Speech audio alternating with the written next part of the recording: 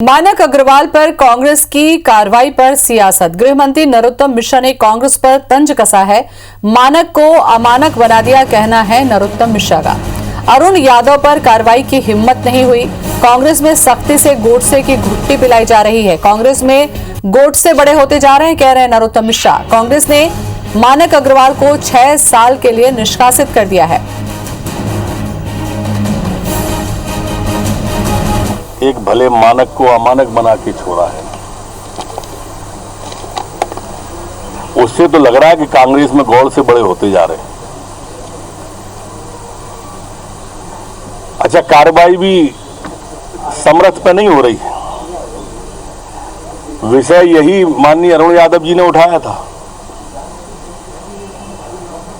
पर मानक को अमानक तो बनाया उनने, बाकी को छोड़ दिया, जो इस बात का द्योतक है कि अब कांग्रेस में सख्ती से गौड़ से घुट्टी पिलाई जा रही है।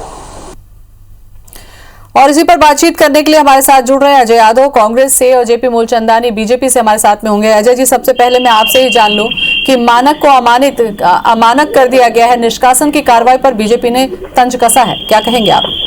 देखिए, भारतीय जनता पार्टी की कोई रीति नीति सिद्धांत तो है नहीं।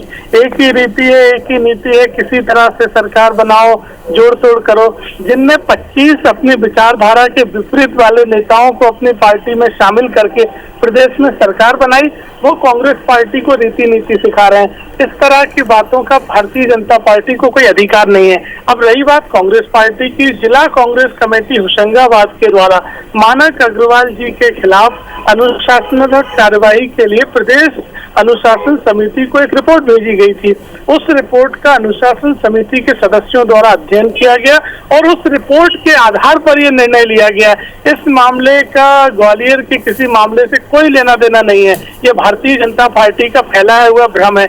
और गोडसे की पार्टी कौन सी है, साध्वी प्रज्ञा कौन सी पार्टी की सांसद है, सावरकर जी किस पार्टी के प्रेरणा स्रोत हैं, ये किसी से छुपा नहीं है। इसलिए भारतीय जनता पार्टी, नरोत्तम मिश्रा जी या उनके प्रवक्ताओं के झूठ बोलने से ये तथ्य नहीं बदल जाएंगे। भाजपा गोडसे परस्त थी, है और रहेगी। मूलचंदानी जी, आप क्या कहेंगे? अनुशासनात्मक कार्रवाई पर तो खुश होना चाहिए कि पार्टी ने कार्रवाई तो की। नहीं, देखिए, कांग्रेस जो है वो भारतीय जनता पार्टी को रीति और नीति सिखाने का पाठ न पड़ा। जनता ने इनको अच्छी तरह समझा दिया है, सिखा दिया है और घर बिठा दिया है। केंद्र से लेके प्रदेश तक सारे कांग्रेस का जो अभी रवैया चल रहा है, इनको आत्मचिंतन की जरूरत है, परंतु अभी भी ये घमंड से चूर है। जनता ने इनको घर बिठाने का काम कर दिया, पर फिर भी इनको समझ में नहीं आ रही है कि जनता इनको एक सिरे से खारिज कर चुकी है, नकार चुकी है।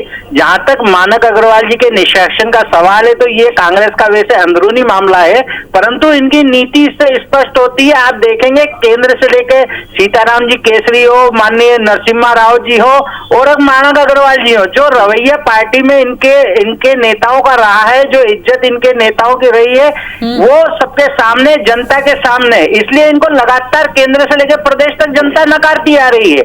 आपने देखा होगा, एक बार भोली भाली जनता ने इनको 15 महीने का मौका दिया था, परंतु जो वादे तोड़ने का काम इन्होंने करा, जो इनके विधायकों के साथ इन्होंने चलो चलो की राजनीति करी, और जब विधायक इनको छोड़कर चल गए तो इनके नेता बेंगलोर जाके बैठे थे उनसे मिलने के लिए। आप ये देखेंगे, जब इनके पास समय होता है तो ये घमंड में रहते हैं, और जब समय निकल जाता है तो उनके पीछे पीछे दौड़ लगाते हैं। पहले जनता के साथ इन्होंने करा, फिर अपने विधायकों के साथ किया, अब इनके वरिष्ठ नेताओं के साथ भी यही इनकी नीति चल रही है। कांग्रेस में परिवारवाद, व्यक्तिवाद और अंदरूनी राजनीति हाशिए पर है, और इसलिए कांग्रेस का आज यह पूरा मामला देखने को मिल रहा है। क्या कहेंगे आप? क्या कहेंगे आप? बहुत सारी बातें उन्होंने कही, जवाब दें। देखिए, भारतीय जनता पार्टी जिसके पास कोई सिद्धांत नहीं है। ज्योतिरादित्य सिंधिया जी कहते थे शिवराज सिंह चौहान के हाथ खून से रंगे हैं, वो ज्योतिरादित्य सिंधिया जी आज इनके माननीय नेता बन गए हैं। जिन शिवराज सिंह चौहान जी की कविताएं हमने सुनी है, अंग्रेजों के मित्र सिंधिया, और आज वो शिवराज सिंह सिंधिया जी के साथ गलवैया कर रहे हैं। तो भारतीय जनता पार्टी का कोई रीति नीति सिद्धांत नहीं है। हमारी सरकार चली गई, लेकिन हमने खरीद फरोख्त नहीं की, सिद्धांतों से समझौता नहीं किया। देश में 8-8 राज्यों में जनता ने आपको नकारा और पैसे, धन बल, सीबीआई, ईडी डर धमका कर आपने सरकारें बना ली, लोकतंत्र की हत्या करी है भारतीय जनता पार्टी ने और लगातार उतारू है। और इस हत्या करने की प्रवृत्ति को अपनी ताकत बताते हैं।